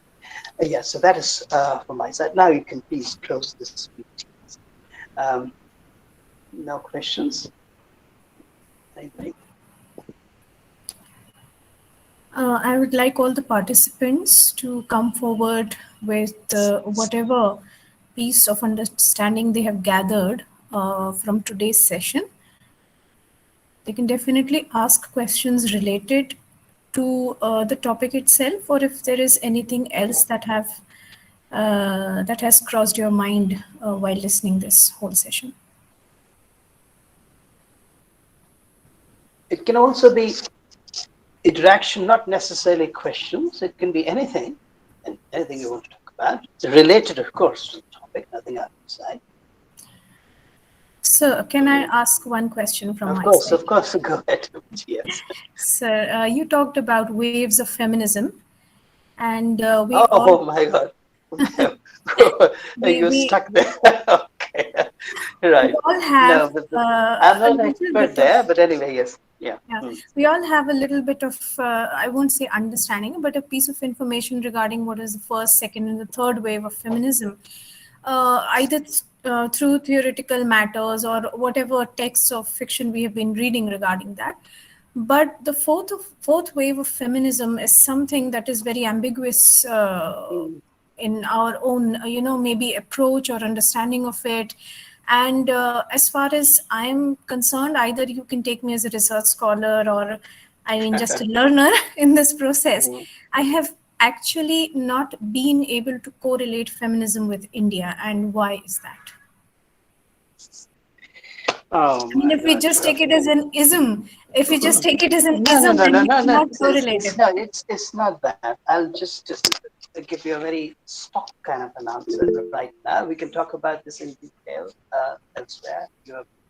Our colleagues, we can talk about this. See, and this is not only about feminism, it's about other isms too. And this I very strongly feel that all our social movements and cultural movements all of them, starting from the 19th century, the homegrown movements, if I talk about them, they were the like Bhakti movement that happened. That was a reformist movement where you have Raidas the shoemaker, in a way, singing or worshipping in his cobbler's shop. That was a wonderful movement. A woman meter, for example. This was a homegrown, cultivated here. And and it wasn't created out of any theory. These are homegrown movements. And then you have some poet saints also in the South, for example, Basava. These are reform movements. I'm talking about isms and movements. Now, when we talk of isms, like sociological isms, and feminism is one of them, environmentalism is another of them, why do we have to? And this is what we do. All the theory that has been created or manufactured, if I can use this word, with reference to this postmodernism report on knowledge in the West, we import everything here and we try to see everything here in our society, including women and other things, in the light of that theory or those theories. So I wouldn't say that feminism in India cannot happen, shouldn't happen, hasn't happened. It certainly may have happened, but then we haven't looked into that because our goggles, our vision is sort of limited by the theory that they have created, but they study their own societies. And that is why what's happening whenever China unaffected, right? Japan. So the idea of decolonizing is this: can we have our own theory? Can we have our own movements? Did we have our own movements? Right. So feminism is not an Indian thing. Yes, it is not in the sense that what we understand by feminism is what those theories tell us. Lewis Carey or whoever those theorists are. Many of those names, you would know those names better. But all of them have spoken about women in the Western society, in the Western circumstances. Have they thought about women in India or women inside Indian culture? So yes, that way it wouldn't be Indian, but then it would be Indian because we have to consider the condition of women, talk about them. We ought to have our own outlooks and approaches and theories within our own cultural pattern. You cannot expect a woman in a deep Indian village in the hinterland to take her lessons from Shubhalta or from Gary or anyone. You understand that? That's what I mean. Yeah. But sir, don't you think that feminism that has emerged from the West, of course, any kind of ism, any kind of movement or trend that emerges, maybe possibly one factor is out of necessity. The other factor is maybe the ultimate require of human need, necessity as in on social, political, and economical level. But the other one would be a social underpinning that you say, and that could be one factor. But if we see that in India, right, if we want to compare why feminism doesn't get related very well with Indian context, isn't that one reason? First of all, is that either I think these things have not been considered as a necessity because they were not a problem in India. The question of uh, understanding sexuality, the question of understanding body, essentials or body importance or whatever, and other factors that have come into wave of feminism, first, second, third, all of these. So maybe these things are not thought too much deeply in India. One thing that can be, or otherwise they're not given that much importance. And there is other factor leading to see that Indian women have never been actually degraded by patriarchy as by matriarchy. Hello, what are you saying? It's quite a radical thought. Okay. No. That is what my personal understanding of it.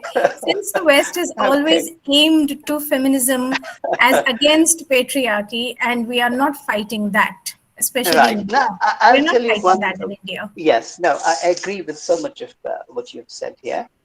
And yes, matriarchy too has been responsible, but you cannot just summarily uh, sort of give a clean chit to patriarchy there. Patriarchy has been responsible, but yes, matriarchy's role has been there. I understand because the context we Indians understand and outsiders won't understand, the perspective. I understand that.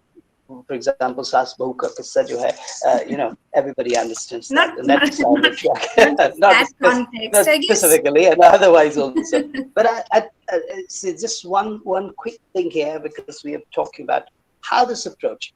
How do you consider yourself, or a woman considers herself oppressed or marginalized? I have in my large family a huge, I have mausis and mamas and from my uncles, etc. Huge kunba when we gather all of them.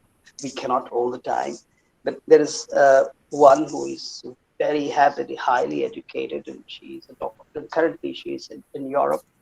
Recently married uh, my mama's son, and so at the wedding I met her, and we were talking after the marriage. So my cousin, Mama Kalarka, said, okay, well, now she's my partner. You know what the woman says.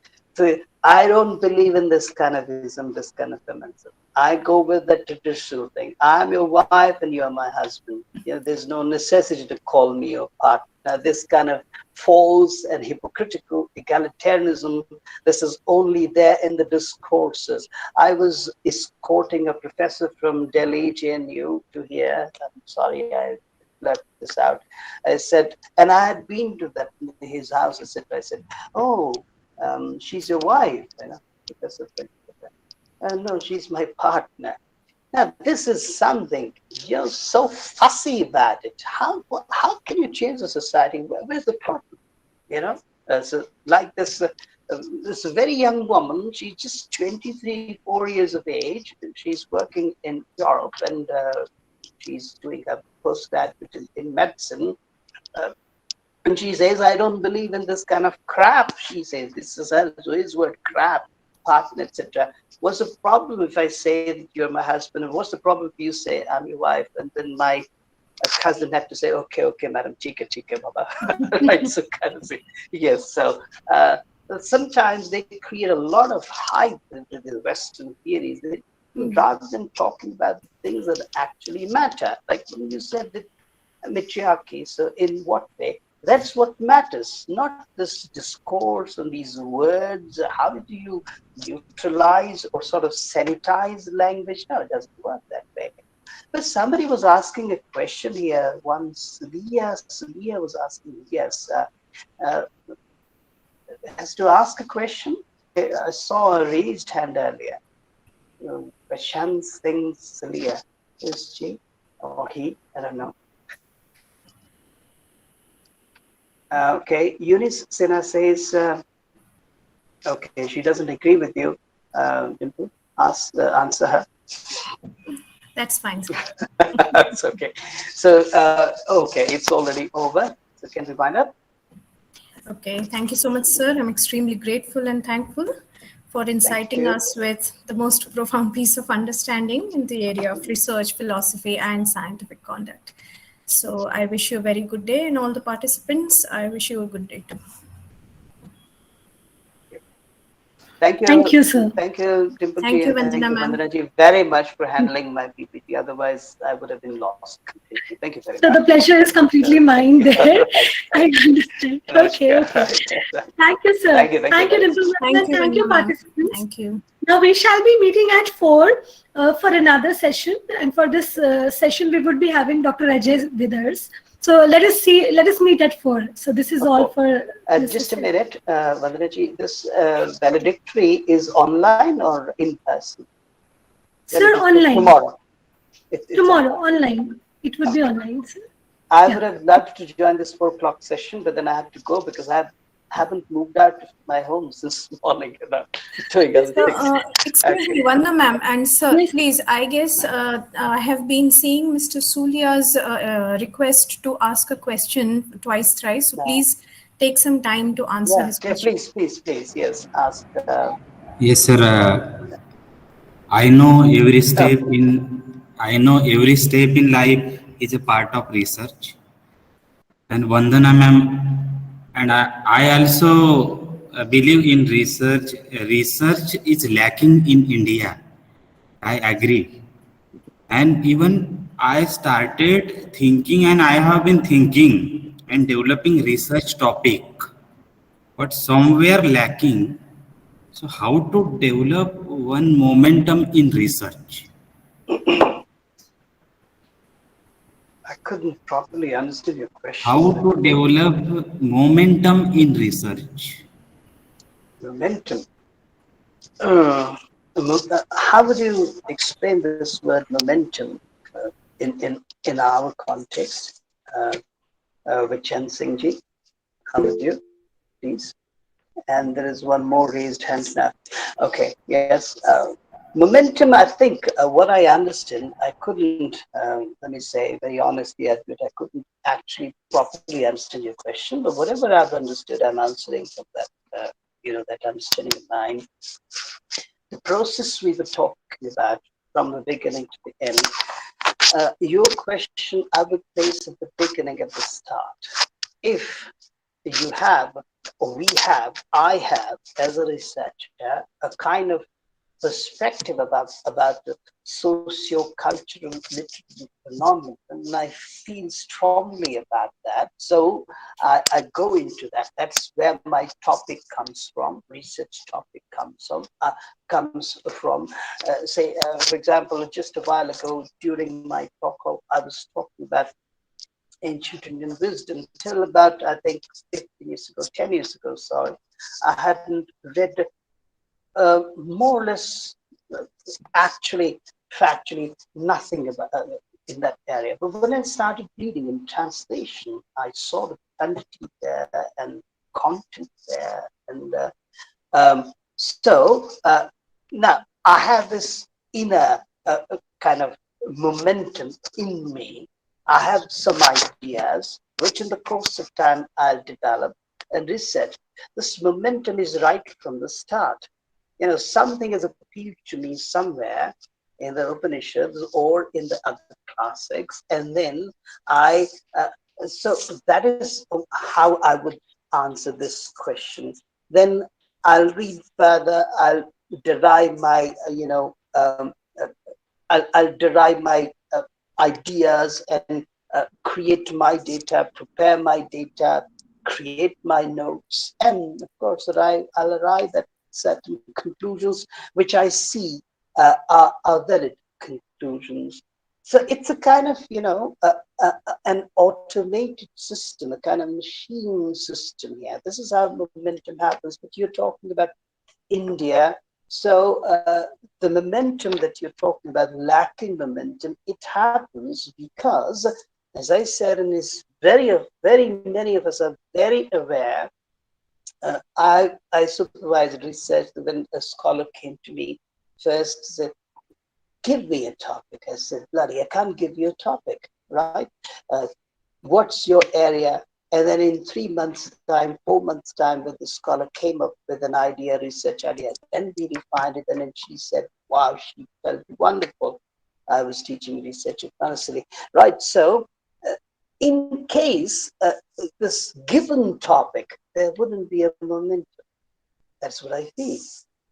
I don't know whether I have answered your question or not, but whatever I could understand, Yes, I sir. Yes, said. sir. Yes, sir. Okay, thank you. Yes. There was one more raised hand here. No, I think. Anyway, so are we done? Dr. Senthil Kumar wanted to ask a question. Yeah, I have a Is he feeling of still deja online? vu. Yes, of course, Ken. Why do I have a feeling that I have heard this name elsewhere too? Yes, go ahead. Yes, no problem. Dr. Senthil Kumar, are you there? You want to ask a question?